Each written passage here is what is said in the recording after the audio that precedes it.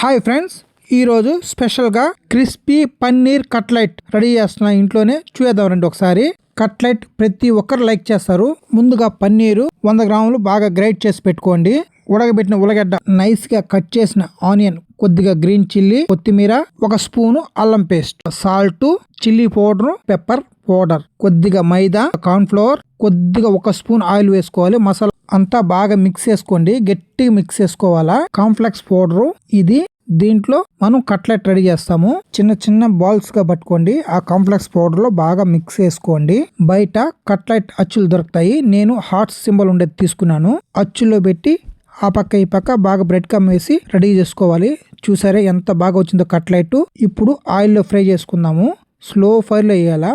Full crispy వస్తుంది, లోపల soft గా ఉంటుంది. చూసారా గోల్డ్ కలర్ లో ఎలా వచ్చిందో. ఇప్పుడు కట్లెట్ రెడీ అయిపోయింది. కొద్దిగా టమోటా సాస్ వేసి టేస్ట్ చూద్దాం రండి. వావ్, చాలా బాగుంది. పైన క్రిస్పీగా ఉంది, లోపల సాఫ్ట్ గా ఉంది. ఇది చిన్న పిల్లలు బాగా లైక్ చేస్తారు. మీరు కూడా ఇంట్లో ట్రై చేయండి ఫ్రెండ్స్. ఈ రెసిపీ మీకు ఎలా అనిపించిందో ఒక కామెంట్ చేయండి ఫ్రెండ్స్. Please subscribe friends. మీ master chef Raghu. Bye friends.